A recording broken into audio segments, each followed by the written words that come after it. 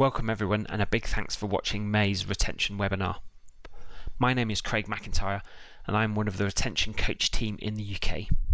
We spoke to David McLean from Edinburgh Leisure, who shared some of his successes with us. That has helped his customer base double their length of stay over the past 4 years. David has a 23-year background in the fitness industry that has seen him work in various roles around the UK and beyond. This has included hotel chains, leading fitness chains, some time in the Middle East, and now in his current role as the Group Fitness Manager at Edinburgh Leisure. David's current role sees him focused on the fitness product across the city and includes managing fitness contracts, suppliers, and specifically working with a direct team of 3 people who assist David to improve the service received across their estate. Edinburgh Leisure is a leisure trust who run and manage the municipal facilities in Scotland's capital city. Leisure trusts in the UK are not-for-profit organisations who reinvest any surpluses generated back into the local facilities and services. Edinburgh Leisure manage 33 sites, 6 golf, 11 pools, 15 gyms and over 750 classes per week, 140 sports pitches and 11 referral-based health programmes. And they employ over 800 staff. Last year they reinvested £1 million into these facilities, including a huge extension to the Gracemount Leisure Centre, plus refreshes of 3 other gym facilities. We join the interview with David where he explains what Edinburgh is like as a place. Yeah, from a leisure point of view, we have a number of national operators within Edinburgh. And we also have 7 low-cost operators working in and around the city, as well as a number of independents. In fact, in the last 18 months, there's been 7 CrossFit gyms opened in and around some of our facilities, as well as some standalone fitness class studios. Not to mention, we've got some lovely green space in Edinburgh, so British Military Fitness are prominent up here, as well as independent trainers themselves. So, a wide offering for the people of Edinburgh with regards to what we're looking to do with their leisure activities. Quite a bit of varied competition up there for you guys. Definitely, absolutely. And it's one of the things where we've been strong to say, should we do something that someone's doing and it's a bit of a trend at that stage.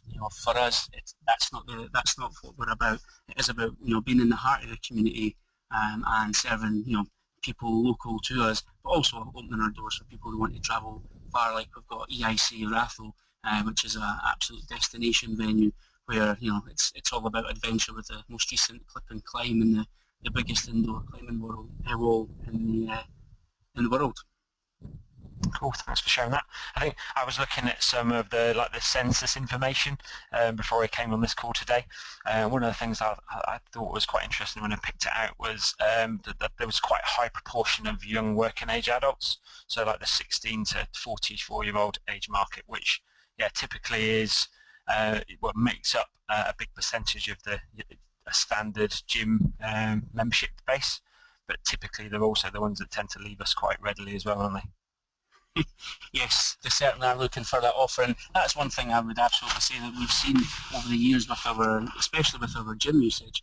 The number of 16 to 24-year-olds usage has actually dropped, and I think that is just due to price sensitivity around that, whereas we've actually seen the growth in 35 up to 55-year-old and maintained with slight growth the 55 plus age range. So it's definitely, the operators coming in are definitely hitting that market.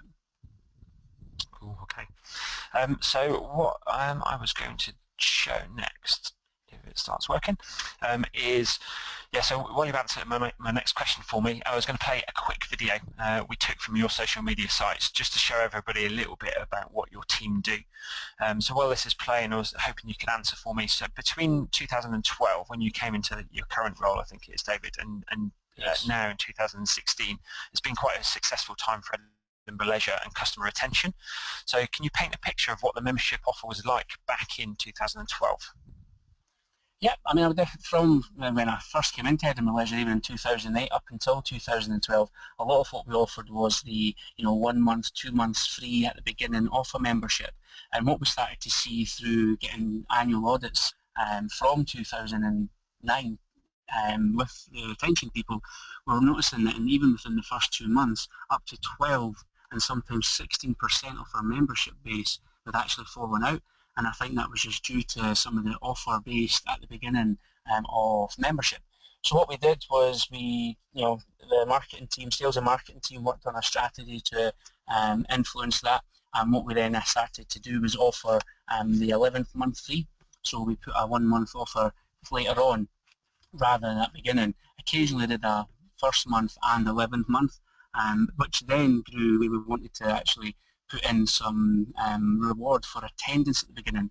Again, from our research through our audits with retention people, what we identified was people who visited twice a week within the first 8 weeks stayed almost 6 months longer than those who didn't. So what we did was, from where we charge a joining fee at the beginning of a membership, we actually rewarded our customers who came 16 times in the first 8 weeks by giving them that £35 cash back. And out of the campaigns that we ran with that, what we've seen was over 50% of the customers achieved that and actually got their joining fee back. Whereas in a month where we wouldn't be doing that offer, it was actually down to about 22% of customers who were actually achieving 16 visits in the first 8 weeks. So what we've kind of seen was, I would call it a retention-based sales campaign. Yeah. So it was much more around, selling the offer for longevity and also about getting some of the early habits in for attendance. Okay, cool. And what other changes have you made to improve the customer experience in that time? Yep. What we looked to do at that time as well is in 2012, October 2012, we introduced, and we still have it today, a Net Promoter Score. This gives our managers insights every day. So they get an email every morning at 8 o'clock from retention people, and that actually gives them all the information for customers who answered the Net Promoter email yesterday. So they get to see everybody, promoters and detractors, as well as given a dashboard for the to-do list for closing the loop. So we actually get back to customers with any complaints or grievances they have with regards to pool swimming times, lanes, if there's been any issues with cleanliness in a changing room, so it's actually had operational impact with regards to times where areas were being cleaned and the regularity of for some areas. So it was good for that. Managers have also used that for helping inform refurbishments. One of the other things was the actual getting the retention on the agenda. I mean, back in when I very first started with Edinburgh Leisure, that was one of my key aims. There was the word retention running around. The retention people software was in Edinburgh Leisure at the time, but I think people thought by investing in the software they'd tick the box for retention, whereas what was required was getting it on the agenda, and it was all the different strands that were required to be focused on to actually make that difference. So just by having the software itself wasn't the answer. It was about what we could bring to light with it. So getting retention on the agenda and higher up the agenda was actually key for us. But also helping people understand what retention actually meant, because there is that mix-up between it with attrition. So actually letting people understand what that actually meant from a sales point of view, from a marketing point of view, from a customer service point of view, and the impact it would have to customers for what we're here for, about getting people active with us and staying active with us to help make that difference to them. So, I would say, biggest achievement was, now, annually we get about 50 managers and staff coming to our annual retention audit, whereas I think the first one we had was about 11 people there, which was, it's progress now, which is good.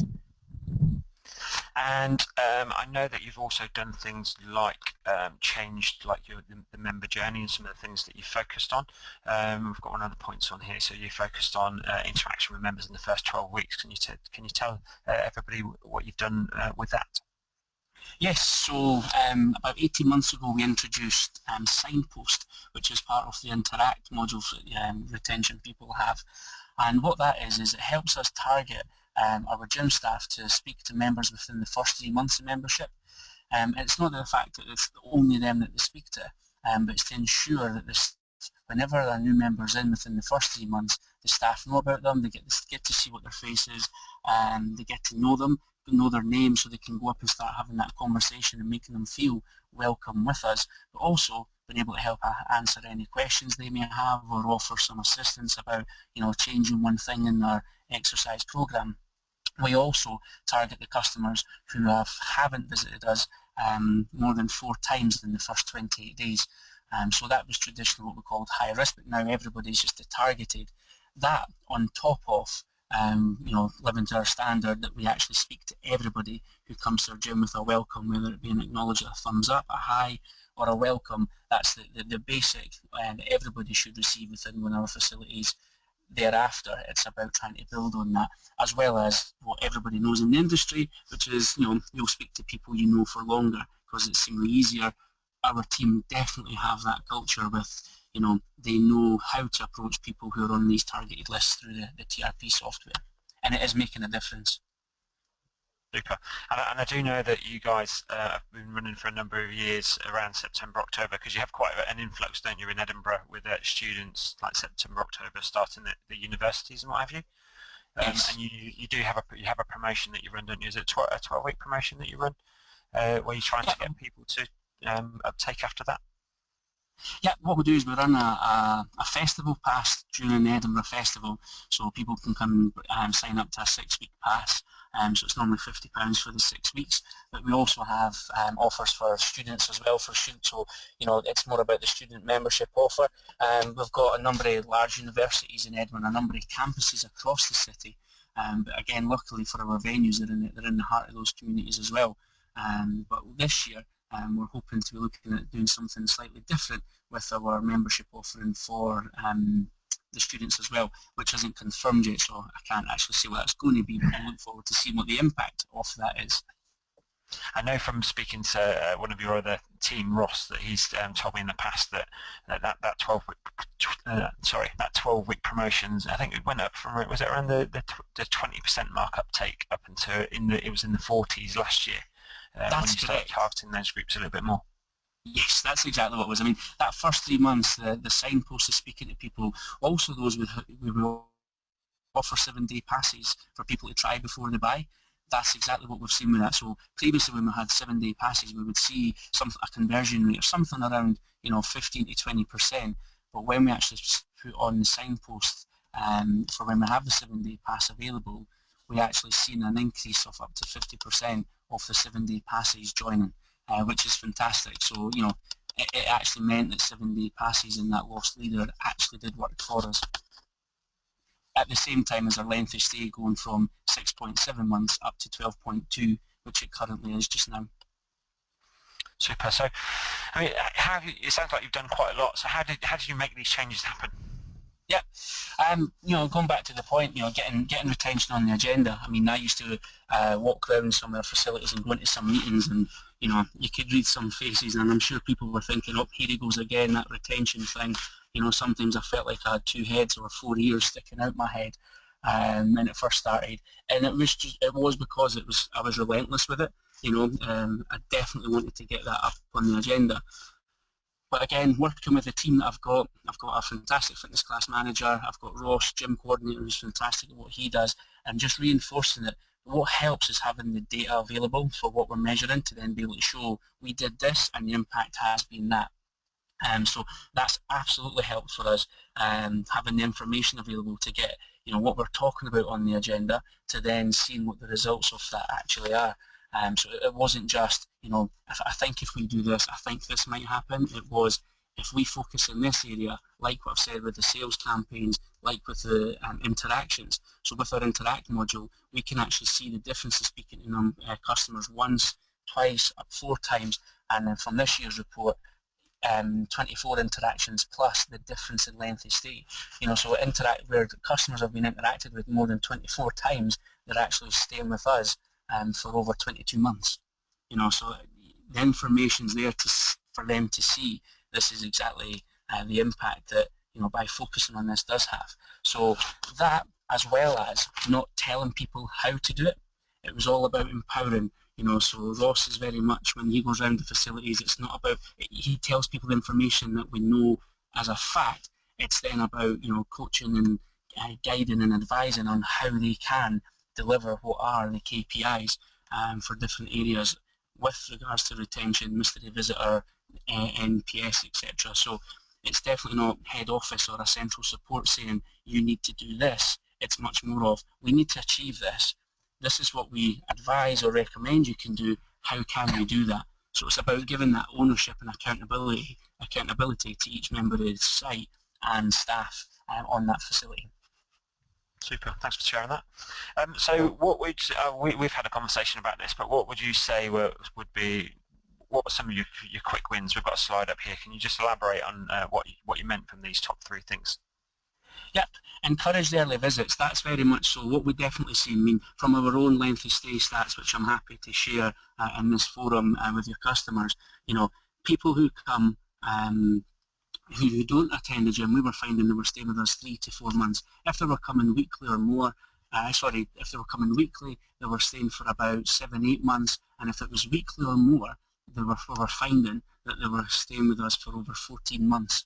So for us, it was about, at the early stage, how can we get that at least weekly habit, ideally twice a week. And everybody knows about what the ACSM guidelines are for physical activity, the World Health Organization, and it's about what part of the facility, in our facilities, does the activity do we have responsibility for? So if that's that once a week, let's make 1, that enjoyable, and 2, how can we encourage a further visit with that? So that whole sales campaign where we incentivize people to earn their joining fee back with those 16 visits within the first 8 weeks, and it worked for us through what we've seen from the uptake with that. So it was about forming early habits for the customers so they were getting into it, and also the more they come in, the more our staff we've got to know them. And relating to the TRP 10,000 that Melvin does, it's about finding that friend or that social connection being recognised when they get in there. Increasing the importance of retention within the organisation. I think it's that you've got to inspect what you expect. So if you are looking for a result in something, we've got to be able to measure it, and what is it you should be measuring. So for us, it was about knowing what impact does have on interactions, and if we didn't have interactions, what is it we're missing with that? If we were seeing people coming in weekly or more, what's the impact of that, and how can we get more people doing that? So, it's known, I think for any organisation, what is it they want to focus on, and how can they get the result on that quickly? Well, somebody's walking into a leisure facility today, how can you get them to have 16 visits in that first 8 weeks? And why 16 visits? Because it's the average of 2 a week, and it will help them build that habit of activity within your facility. And then talking to customers, like I've said, we know from our audit this year when we asked for what's the impact of having more interactions, does it tail off at all? And we've not seen that. The reports we used to get was 1 to 4 interactions, which is generally available out there from some of the TRP reports that you see. We wanted to see what was the impact at 8, 16, 20 and 24 plus. And we've just seen, the graph just grows and grows, which is fantastic. So it's more staff talking, and that's not just gym staff. That's the reception team, leisure attendants, whether it be sports attendants, cleaners, coaches. It's everyone within the facility, as well as the digital contact as well. So that's speaking to customers, via social media, via email, etc. So the NPS does a little bit of that as well to let them know that we are listening to them. So on that last one, there's almost a dose response to it. The more you do, the longer it's helping you guys keep your customers. That's it. And then the more they'll tell you, which then gives us more opportunity to improve. Yeah, super. Okay. So I know that you have talked about some of these already, but you can just give us a quick overview of what some of the challenges have been in the past 4 years. I would definitely say a lack of understanding. Quite early stages, and even today, there's still a few. When a stat comes out or a bit of information comes out, it's there's some that will focus the time on trying to work out how that stat or how that information is flawed or incorrect. And every time they've come back with a question, it's always good to be able to go back and double check yourself and go, actually, this is correct. And then from what we've seen, again, just to reiterate it, we went from 6.7 months up to 12.2 months lengthy stay. So almost doubled our lengthy stay with the tactics we've been using over the number of years we have. So, and then when we see what the impact interaction is, this year we had a look at the impact of Net Promoter Score. So, what was the lengthy stay of our promoters, our detractors, and also passive, but also the difference between lengthy stay for people who answered NPS to those who didn't answer NPS, and how can we be connecting with them? So I would definitely say that the challenges are people will go, is it worth it? Well, to me, we're in a service industry and we should be measuring what we do on that service level. So are we delivering it, and is it having an impact? Because if people are losing numbers in a number of areas, or across organisations, what is causing that, and what's the easiest way and quickest way to stop that? And from what we've seen, it is by having product available that's fresh, clean facilities, delivering to what customers expect. Our sales manager, an expression I love, nobody walks up the walkway at Meadowbank walking towards this facility to join it thinking, I wonder what I'm going to do to leave this facility. They come in with that anticipation and want to be part of your organisation. It's then what we do thereafter, which will then either get them to stay longer with us or make the decision for them quicker to leave. Super. And I think on some of your challenges, I think because you guys are quite good on that data capture, it does make it a lot more of a compelling argument for your teams, because it's just really, really clear that the more work in certain areas that you do with your customers, the longer they're staying. Yeah, definitely. I mean, the information is coming. I quite often get a number of heads across other areas of the business saying, you're lucky you've got TRP, and it's no luck at all. Or we're lucky because we can measure the impact of customer service, retention, etc. There's no luck in it. We've made it happen, and we've wanted it to be centre of what we do within fitness at Edinburgh Leisure and wider across the organisation, where some other areas of the business now are taking what we do and applying that to their own areas of the business. Super. Okay, so I just wanted to focus on management style next. So I've had the pleasure of working with you a couple of times, and I've noticed that your management style definitely does empower the teams, and it makes them take ownership of the experience. Can you share with everybody how you make this happen? Yeah. I mean, pretty much for me, sitting, at the head office, or even when I go into a facility, I don't know the customers that come in. Each facility, we've got 15 gyms across the city, so there's a different demographic that comes into each. Our staff, frontline staff especially, they know exactly who their customers are. They know the people from the community. Some of them actually live within the community as well that they actually work in. So from my point of view, for me to come in and say this is what you need to do, I don't feel that's the right approach for us. And it's not, and it's worked for us by not having that approach. For me, it's much more about, here's the goal that we want to go to, and it's getting the team involved, for them to own it, for them to feel part of it, to actually then, help and make that goal happen and get to the result that we're looking for. Also, it challenges them. It challenges them to, not just be, told what to do and they're just following a script per se. It's much more about them going out and doing, making it specific to every customer. It was one of the first things we did, when Ross came into the post that he's been in since February 2013. We looked at member journey and there was this whole procedure written for it. But how can you write a procedure when you don't know someone's goals, and we try and treat each customer as an individual?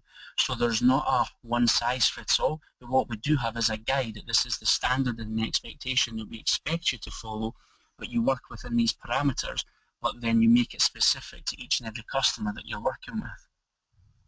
That's where I would say we've definitely worked with the empowerment and ownership. So sharing that, I think from my side, this year was the first year that I took that was free to come along and join in with one of your management, almost like yearly setup meetings, and it was really interesting how the feedback from the previous year, all the things that the sites had said that they were going to do, a lot of it was talking about group-based exercise within more areas of the facility, but definitely the gym, and it almost seemed like you'd empowered them to such an extent that they'd made a bit of an animal for themselves, and you guys had the problem of then having too many gym floor exercise classes with too many different names. So you just have to rein that back a little bit, but it's been led by them. Yeah, that's it. And then that's the thing. I mean, I had and to rein that back in since then, Craig, it was a 2-hour meeting with 5 of the supervisors in that area, and all I did was explain what we've got, and I took them all through the customer journey and said, here's our app, this is what you're looking at, how does that look to you, and does it tell you what it is you offer? So from the 1st of June, there's going to be 5 types of classes that we'll have available in our gyms, and there will still be, the 28 different names, but the descriptors will definitely have on them what the outcome will be for the customer and what the goal of the class is to do, rather than, using a certain piece of equipment. Super. Cool. Okay.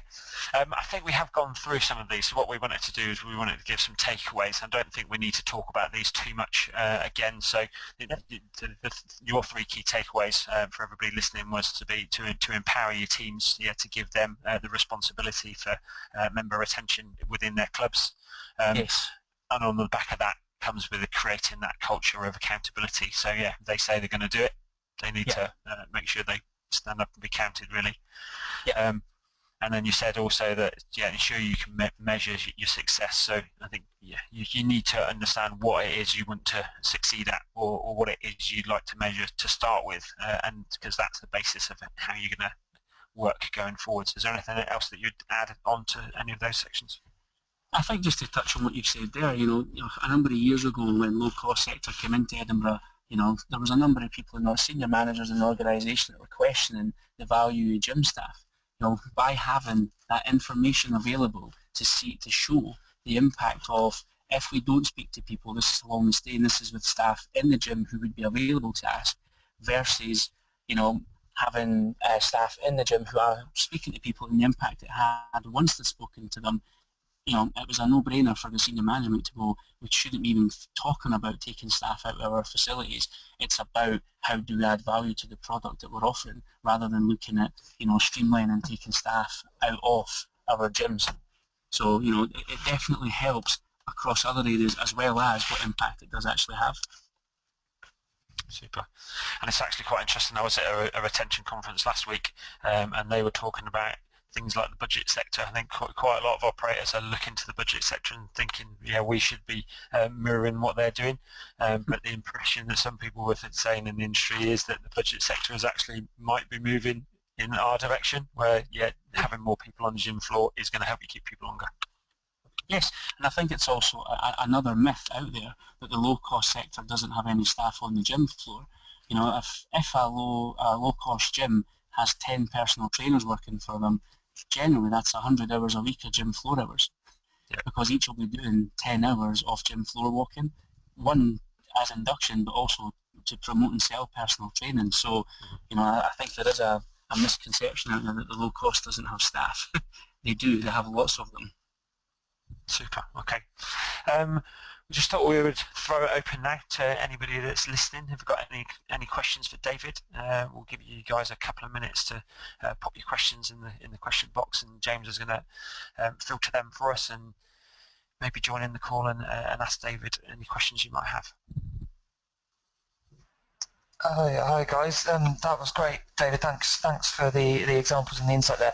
We haven't had any questions come in just yet, so if anyone does want to ask David or Craig anything about what they've spoken about so far, or maybe something wider, then please feel free to do that now.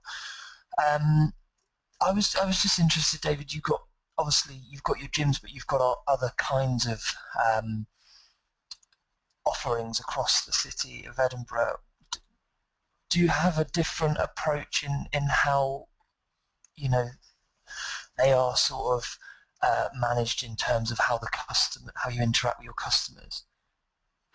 Yeah, I mean, we've got 140 sports pitches, so a lot of the people that come to them, they're spectators. So for them, that's a lot of them, it's their first impression of Edinburgh Leisure. So the service that they receive at front of house is paramount, and also the cleanliness of changing rooms, etc., and the conditions of our parks and pitches. Our golf courses, we've got 6 golf courses in the heart of the city, and some of them with some fantastic views across the city. And again, it's that service offering and delivered by our starters and reception at front of house in the golf clubs themselves. I talked earlier about the EIC Raffle Climbing Centre. The manager there has been very proactive to go, how do I do something that like what you guys do on the gym floor for our climbing instructors, so when they're walking around or they've been route setting and they're walking the arena floor, they're just freely interacting and offering some assistance and support. I just told them he'd answered his own question. It's about how can you help people? So when they come to see you, they get what they expect, but also how can you then help them further and be that kind of extra driver to that, what's adding value to that customer service. And so, I would say it's much more about the service across the city, so looking at what we do from our customer service standards and mystery visitor also. Okay, great. The questions are flying in now. So first one that came in was for you, David, from Bob. Was just asking about the average length of stay that you mentioned. What's the time frame of the data, and is that a report of all customers who joined after a given date? Yes, so this year's report is from all customers who joined us from the 1st of March 2013 up till the 31st of January this year. And then each year we take it back a year. So it's pretty much we take it to the end of January for the data, and then it's up till the end of that month is where we look to start and finish that from. I think it's also good to say with that question that just make sure we understand how we're measuring the length of stay with the guys in Edinburgh Leisure. So we're using median length of stay. So we're looking at what point does the base of people that we're looking at, so be it say like 3 years worth of data, how long does it take for that cohort to get down to 50% left, or you're predicting that it's getting down to 50% left. If you're just having a big pot of people and you're just counting the number of months that they've been with you for, then potentially the 5% of people that have been with you for 10 years can really skew your figures. So yeah, the way that we do it with David and his team means that they can understand what the pinch points are with when people are leaving, and then you can put things in place like you member journey programs, follow-up things, be it digital or face-to-face contact. And I'd go just to touch on that. That was one of our quickest wins. You know, losing 12% of our customers in the first 2 months. How do we stop that? Well, you know, interact early and also, you know, do more of a retention-based campaign, and that's where that dropped down to 4% now leave. You know, so we've still got 96%. So even at the start of the retention graph, it's much higher at the beginning. Okay, next question came in from Kirsten. It was, David, whether you specifically gave your staff and continue to give them training on how to interact with customers, specifically younger staff, and how they talk to people in different age groups. What we do now is we have our own in-house course, which is First Contact for gym instructors, and one of the areas we touch on in that course is I want to feel. So we put the staff into the shoes, you know, a 37-year-old male, finished work, single or married, or you know, we create a scenario and we get the staff to understand what it is that person wants and what it is they want to feel in the gym whilst they're in there, how they want to be treated, how they want to be interacted with. Similarly for people with headphones on in different areas of the gym. Another area where we worked on, and we're doing more of it this year, is the motivational interviewing. We had through TRP Dr. Melvin Hilsen up last year, and it went down an absolute storm, and Melvin was very complimentary of the team as well for their empathy with working with different people at different levels and different ages and stage within their physical activity. So, you know, that's the two keys I would say. It's one, here's our standards, but also looking at other areas and other ways where how we can look at interaction, and motivational interviewing was definitely a win for us, and one that we'll be continuing with short term. Okay, great. Kenny was just asking about, I think you touched on it, but the reaction from your staff when you first introduced the kind of TRP approach back in 2012. Yeah. You know, I remember when I first came in and started talking about it, it was much more about, you know, we're more like salespeople, we're being measured, we're being tasked, we're being watched, Big Brother's watching, and, you know, it's about, I think if we were to manage it with a stick and say it's all about the numbers, yes, the KPIs are important to us, but again, going back to like what Ross Collins does, it's much more about, okay, if you do this, this is going to affect that number. So it's more about looking into the detail and about, well, what should you be doing as a gym instructor? In sessions along the lines of what does a good instructor look like and what does a bad instructor, what does that interaction look like compared to that one that's been recorded? It's much more along the lines of that one. So yes, staff were a bit fearful at first. They did think it was a bit of Big Brother watching them, but where you can actually help them add value to a customer, which when then the customer appreciates, And then the customers, which like we see on a daily basis through our Net Promoter Score and through our lengthy stay figures, are then very complimentary of our staff about talking about how helpful, welcoming and friendly they actually are. Then you're doing it right. And for them, that's pleasing for them. Again, any gym instructor will tell you, no matter how much take home they get from the salary, there's nothing better than someone giving them a compliment to how they've helped someone. And that's what we aim to do, is help our staff, help our customers.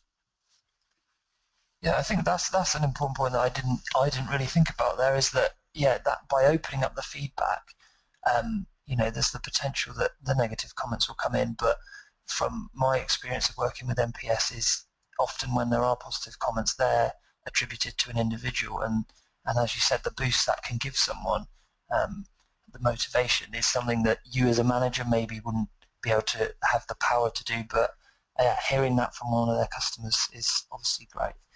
Yeah, that's it. And it does help. Going back to it does help you manage underperformance, because if there is someone who maybe isn't interacting or is playing at it and they've got a low effectiveness rate, you can look into the detail and see what factors are affecting that.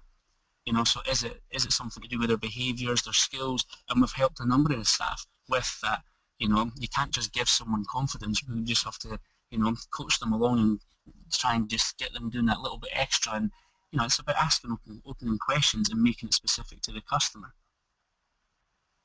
I think it definitely is how you frame it, how you put it in, isn't it? If you put it in as a tool to, this is here for you to help your customers with, and it will help you understand if you're being as good as an instructor as possible. And most people come into the industry because they want to help people, so it helps you understand if the help you've given them has been successful or not. If you do put it in as you need to do 10 interactions, then that's when you start to get people's backs up. Possibly an overused analogy that I've been using, and I've even heard Ross using it recently. I call it the basketball game. Does the crowd sit and look at the scoreboard and wait for the results to come in, or actually do they look at what's on the pitch? And everybody has an opinion on how we can improve that. And as a manager, it's identifying where we could be better. So for the last 3 years, we've been using what's good, what's best, and how could we get better. So results have been good. What would the best result be, and how could we get better? And that's where it's about looking at the tactics and on this game of customer service. Super. Yeah, thank you for that. Okay, there's just one last question came in from Dave, and he's just asking about whether you offer any services to local corporations. Sorry. As in corporate health? I think that would be my understanding.